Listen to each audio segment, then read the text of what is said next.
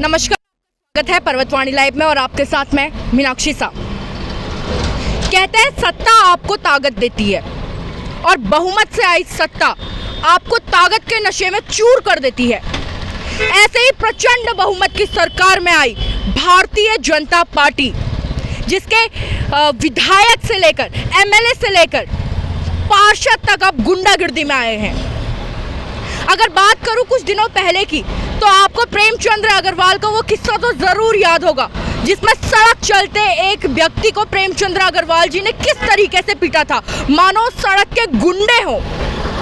ठीक उसी तरह भारतीय जनता पार्टी के जो पार्षद है वो भी तो विधायकों से सीख रहे हैं, वो भी तो अपने कैबिनेट में बैठे उन मिनिस्टर्स से सीख रहे हैं। ये रहे वो कुछ पार्षद, यहाँ देखिए इनके नाम देखिए, पूनम नौटियाल, सिकंदर, कमल थापा, संजय नौटियाल, भूपेंद्र कठैत, योगेश चुन्नीलाल और सत्येंद्र नाथ। और ऐसे ही ये कोई एक केस नहीं है, विद्युत विभाग का केस भी उठा के देख लीजिए। 1 महीने पहले की बात है कि विद्युत विभाग के कर्मचारी को उसके ऑफिस के अंदर जाकर पार्षद ने इतना मारा कि उसे एडमिट होना पड़ा कैलाश हॉस्पिटल में, और साथ में उसके सारे दस्तावेज फाड़ दिए। तो यहाँ पर अंसल ग्रीन वैली का जो प्रकरण है वो आपको याद होगा, और ये वही भारद्वाज परिवार है जो आज सचिवालय के सामने खड़ा है, ये बोलते हुए कि जनाब इतना समय हो गया, हमारा न्याय किधर है। पहले तो सर आपसे ये पूछूंगी, भारतीय जनता पार्टी के ये समस्त कार्यकर्ता नेता, इनको हो क्या गया? ये आम चलते लोगों का किसी का घर तोड़ रहे हैं, किसी के दफ्तरों में से छीना झपटी करके वहां मार रहे हैं, किसी को राह चलते मार रहे हैं। आपके तो घर को ही तोड़ डाला इन्होंने। इनको है ना कानून का डर नहीं है, क्योंकि पुलिस पूरी इनके साथ है, सारी राजनीतिक नेता लोग इनके साथ में, सत्ता का नशा इनको इतना वो सवार हो गया है कि किसी भी घर में खुलेआम गुंडागर्दी करे, घर तोड़फोड़ करे, किसी की महिलाओं को निकाल के मारे, किसी के बच्चे को, नाबालिग बच्चे को निकाल के मारे। पुलिस इनके साथ में खड़ी रहती है, पुलिस इनको अरेस्ट नहीं करती है, तो इनको डर किस बात का? क्योंकि पुलिस पूरी इनके साथ में, प्रशासन पूरा इनके साथ में, भू माफिया बने बैठे हुए ज़मीनें कब्जा कर रहे हैं, और उन ज़मीनों में सबको हिस्सा जाता है। मतलब कैबिनेट मंत्री से लेके पुलिस डिपार्टमेंट से लेके हर इंसान को हिस्सा जाता है, इसलिए पूरा प्रशासन इनका सपोर्ट करता है। इनके खिलाफ कोई आवाज़ उठाने को तैयार नहीं है। पार्षदों को कब से आप बोल रहे हैं कि इनको गिरफ्तार कीजिए? ये पार्षद जो आपके घर में हमला करे हुए बैठे थे, इनके ऊपर कौन है वो जो इनको शह दे रहे हैं? इनके ऊपर है मैडम, एक तो कैबिनेट मंत्री है गणेश जोशी, दूसरा पूर्व मुख्य सचिव ओम प्रकाश है।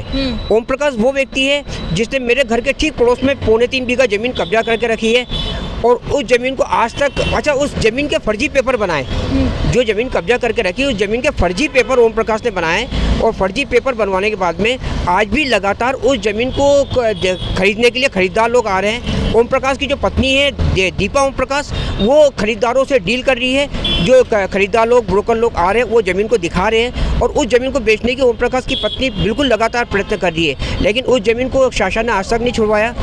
इसके बाद हमारी अंसल ग्रीन वैली सोसाइटी की जो ज़मीन इन्होंने कब्जा करके रखी थी, हमने उसके आदेश करा दिए थे एमडीडी से डिमोलिश के, और एमडीडी ने जब आदेश कर दिया उसके विरोध में ये लोग प्राइवेट जेसीबी लेके आए, इन्होंने मेरे परिवार के साथ में मारपीट की, मेरा घर तोड़ा गया जेसीबी मशीन से।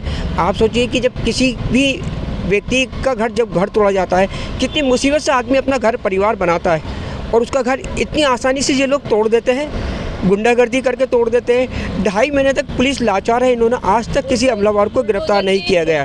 यहाँ तक आज तक जेसीबी मशीन भी जब्त नहीं की गई, क्योंकि हर आदमी को इन नेताओं का, इन मंत्रियों का सपोर्ट प्राप्त है, इसलिए इनको कोई डर नहीं है, इनके खिलाफ कोई कार्रवाई भविष्य में भी नहीं होगी।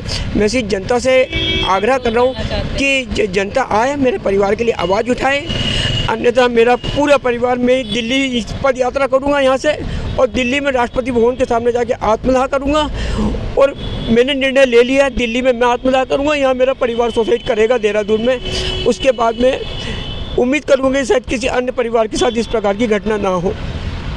शर्म आनी चाहिए भारतीय जनता पार्टी के ऐसे नेता, ऐसे पार्षदों पर जो आम जनता को इस तरह से परेशान कर रहे हैं कि वो आत्मदाह की बात कर रहे हैं। शर्म आनी चाहिए भारतीय जनता पार्टी के ऐसे नेताओं पर। मैम, एक महिला के साथ जब छेड़छाड़ होती है, या अगर सपोज कीजिए कोई भी अगर एक महिला को यूं टच भी कर देना, उसके खिलाफ केस हो जाता है। इन पार्षदों ने, जैसे हमने वीडियो में देखा था, आपके बाल खींच के आपको बाहर किया था, आज तक ये खुले क्यों घूम रहे हैं? मैम ये देखिए, कोई महिला पॉलिटिशियन भी आके किसी ने कभी ये नहीं पूछा कि आपके साथ ऐसा हुआ या हम आपके सहयोग में। आप मुझे छोड़िए, दिल्ली के जंतर मंतर पर देखिए, वो तो देश की बेटियां हैं, उनके साथ कोई न्याय नहीं हो रहा है, तो हम तो फिर भी कॉमन मैन हैं। तो मैं यही चाहूँगी कि जनता से कि ऐसे पार्षदों को वोट ना दे आगे, और किसी के घर कभी कोई ऐसी घटना ना हो, इसके लिए प्लीज़ पूरा पब्लिक आवाज़ उठाए, पूरा उत्तराखंड आवाज़ उठाए, हमारा बस सहयोग करें। हम यही चाहते हैं कि हमें न्याय दिलाए, इनको अरेस्ट करें पुलिस। उस दिन के बाद से और क्या कुछ हुआ था आप लोग के साथ? मैम बस वो लोग आते हैं, आराम से हमारे घर के आसपास घूम रहे हैं, धमका रहे हैं हमें, वही कॉम्प्रोमाइज़ के लिए जब से शुरू से दबाव हर तरफ से बन रहा है। कॉलोनी के कुछ लोगों को भेजा गया कि आप कॉम्प्रोमाइज़ करवाइए उनके साथ में। और आपने एक वीडियो, और मैं आपको बाद में शायद पता चला होगा, एक वीडियो और थी जिसमें है ना ये पूनम नौटियाल बोल रहे हैं कि पुलिस प्रशासन पूरा हमारे साथ था, जैसे हमने चाहा ऐसी कार्रवाई हुई है। तो आप इससे खुद अंदाज़ा लगा सकते हैं कि किस हद तक वो लोग गए थे, मतलब पूरा पुलिस प्रशासन सब उनके साथ थे। अच्छा, अभी एक हफ्ते पहले संजय नौटियाल ने अपनी बोलेरो गाड़ी से मेरे को कट मारी, मैं स्कूटर पे था, मैंने अपनी गाड़ी पूरी रोड से नीचे उतार ली, मेरा पूरा बैलेंस बिगड़ गया था, और फिर इसके बाद मैं पीछे पलट के हंसते हुए देख के निकल गया। पुलिस कभी कोई कार्रवाई नहीं करती, पुलिस को सूचित किया जाता, लेकिन पुलिस ना हमारी रिपोर्ट लेती है, ना हमारे सपोर्ट में कभी कोई कार्रवाई करने की कोशिश करती है, क्योंकि पुलिस राजनीतिक नेताओं के दबाव में पूरी तरह दबी हुई है। अब इन सारे केसेस में आपको एक बात कॉमन बताती हूँ, और ये बात आप थोड़ा गौर से सुनेगा, क्योंकि आप भी पहाड़ी हैं, हम भी पहाड़ी हैं, हम भी इसी उत्तराखंड में रहते हैं, हमने ही ये मिनिस्टर्स और ये नेता बनाए हैं चुन चुन के। अगर आपको ऋषिकेश की बात करूँ तो उसमें भी जो विक्टिम है उसके ऊपर नेगी जी के ऊपर केस कर दिया गया है, आपको पता ही होगा, उनके ऊपर भी केस किया गया है, इनके ऊपर भी केस हुआ है, भारद्वाज फैमिली के ऊपर उल्टा केस हुआ है, इन पे अटेम्प्ट टू मर्डर का केस लगाया गया है। इसके अलावा जो विद्युत विभाग के कर्मचारी थे उनके ऊपर भी केस किया गया है। तो आप ये मानिए, पहले जो इस सरकार में लोग हैं वो खुद अटैक करते हैं, और उसके बाद जो विक्टिम होते हैं उनके ऊपर केस दर्ज कर दिया जाता है और उसको इस तरीके से सफ़र करने के लिए छोड़ दिया जाता है। मैं पूछना चाहूँगी उत्तराखंड की इस जनता से, जो इस सत्ता को पसंद भी करती है, कई सारे लोगों ने मोदी जी के नाम पे वोट किए, लेकिन मोदी जी के नाम पे वोट करने के बाद जो अब हमारे ऊपर शासन कर रहे हैं, आखिर इन्हें कौन सबक सिखाएगा? इनको कौन एक सीट पे लाके खड़ा करेगा? इन्हें कौन बताएगा कि जनता इनकी कोई नौकर नहीं है कि इसे राह चलते पीट दे, किसी का घर तोड़ दे, किसी के दफ्तरों में घुस जाए? कौन बताएगा इन्हें? तो ये तमाम सवाल मैं आपके लिए छोड़े जाती हूँ। फिलहाल मेरे साथ इतना ही, आप बने रहिएगा अपने पर्वतवाणी लाइव के साथ।